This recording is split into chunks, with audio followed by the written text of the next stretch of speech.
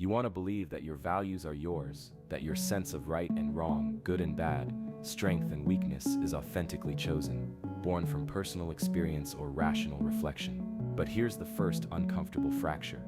Your inner values may be nothing more than the aftertaste of other people's survival strategies. Nietzsche didn't write for another time. He wrote for anyone, including you, who suspects there's something suspicious about the way your mind conforms to expectations you never consciously signed up for. Imagine 1880s Europe. The world is lurching through industrialization, mass politics, and the slow erosion of belief in the old gods. It's not just church bells fading into the distance. It's the entire grammar of meaning breaking down, leaving people grasping for something to anchor identity and worth. Nietzsche sees through the confusion and diagnoses a much deeper sickness. It's not just that power structures are oppressing you from the outside. The real machinery is psychological. It works from the inside out. Slave morality is Nietzsche's term for the social operating system that doesn't simply command obedience. It's more insidious than that. Master morality is straightforward. You set your values from a position of strength, self-definition, and self-mastery. But slave morality, this is the twist, turns the wounds and humiliations of the powerless into new definitions of good. Weakness becomes a virtue. Humility is sainted. Resentment toward the strong is translated into moral superiority.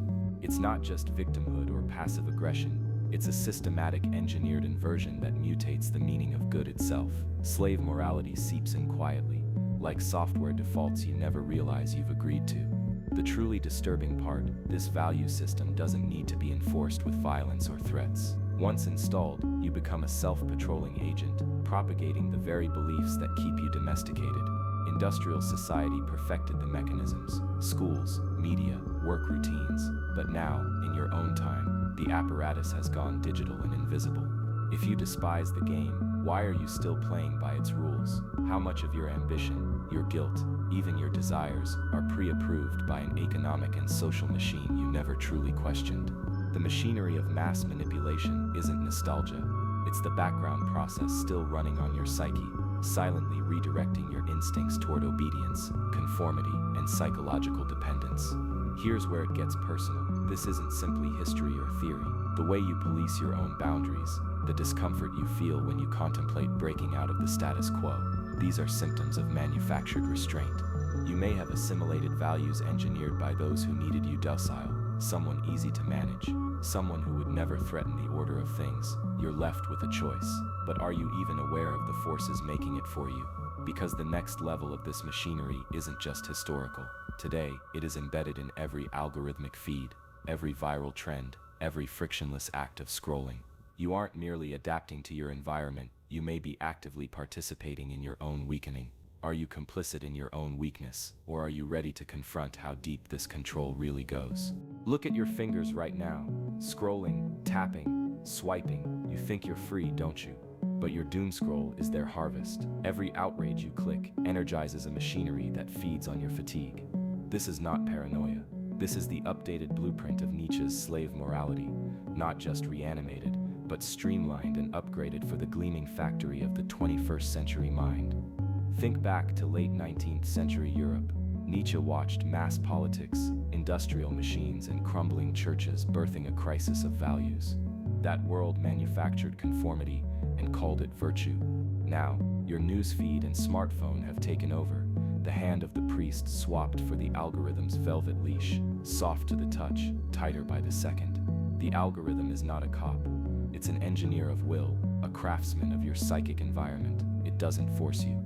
It invites you, lures you, then guides your attention in patterns that reinforce dependence, outrage, and passivity. This isn't old-school censorship. This is subtle domestication at scale, the domestication Nietzsche predicted when he declared, "Man would rather will nothingness than not will." Here's where you are manipulated. When you perform outrage online, you feel alive, righteous, amplified. Viral moral grandstanding isn't the exception, it's the plumbing. Platforms incentivize you to display outrage, to adopt victimhood identities, to enlist in moral mobs. The more you participate, the more you're rewarded. But what grows is not real power or clarity. It is dependence, learned helplessness, and a chronic outsourcing of your judgment. If your voice is amplified, but your critical faculties are dulled, who really benefits? Nietzsche's engineers of will. once kings, clerics, or tyrants, are now digital architects in boardrooms, writing scripts that shape the stream of your thoughts. The news cycle, trending hashtags, and peer-sanctioned cancellations feed you not truth, but what keeps you docile and distracted. Modern digital manipulation does not coerce, it subtly guides your will, transforming the external suppression of the self into an internalized, automated process. You become your own warden. Here's the dangerous myth. Self-help and armchair Nietzsche's glamorize the alpha rebel, as if real resistance is just making noise, unleashing rage, breaking rules. That's easy. What's hard, and what's almost never taught, is the refusal to play along with the scripts served to you. The true act of rebellion is not performance, it's the silent, surgical dismantling of the training you didn't realize you were accepting. Digital platforms have sold you docility as engagement, confusion as participation, the new bread and circuses for the distracted mind. Now you stand at a crossroads. Will you notice the domestication in real time, or will you continue feeding your brilliance to a system that profits from your confusion? The next segment will show you what it takes to actually reclaim your will, not as a motivational slogan, but as an existential shift you cannot outsource. Are you sure you truly want what you want?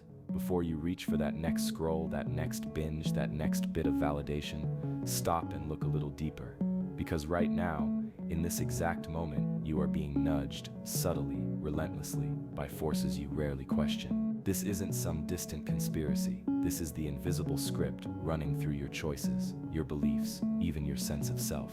And the script isn't written by you. Let's rewind to 1880s Europe. Friedrich Nietzsche, standing on the smoking, clanging edge of the Industrial Revolution, watched as old anchors, religion, tradition, rooted meaning, crumbled.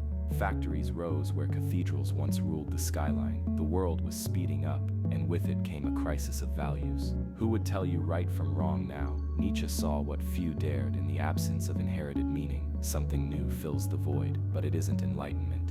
It's manipulation. It's the machinery of mass politics, the fog of herd opinion, the birth of a psychological factory, one where you don't just build objects, you build beliefs. Now rocket yourself forward to your present moment. Look at the machinery, algorithms more omnipresent than any priest, platforms that measure your worth in likes, rage, or clicks. You think you've escaped the factory system? No, it's mutated. It wears the mask of freedom, but the wires wrap tighter every day. Social media outrage, productivity hacks, endless comparison. The digital world no longer just tells you what to do, it tells you who to be, and you listen, not because you are weak by design, but because you've been made weak by design. Nietzsche called this slave morality, the morality of the reactive, the obedience of the many, the fearful comfort of acting small. It's not some historical footnote, it's your psychological operating system right now. Here's the discomfort. Every time you conform reflexively, numb yourself, defer your judgment, you are complicit in your own psychological domestication. The mechanism isn't out there, it's entangled with your will, your instincts, your sense of possibility. How deep does this programming go? And what would it take to unlearn it? Get ready to dig, because the true sickness runs deeper than addiction or distraction. It's the slow, systematic dulling of your capacity to think sharply and act autonomously.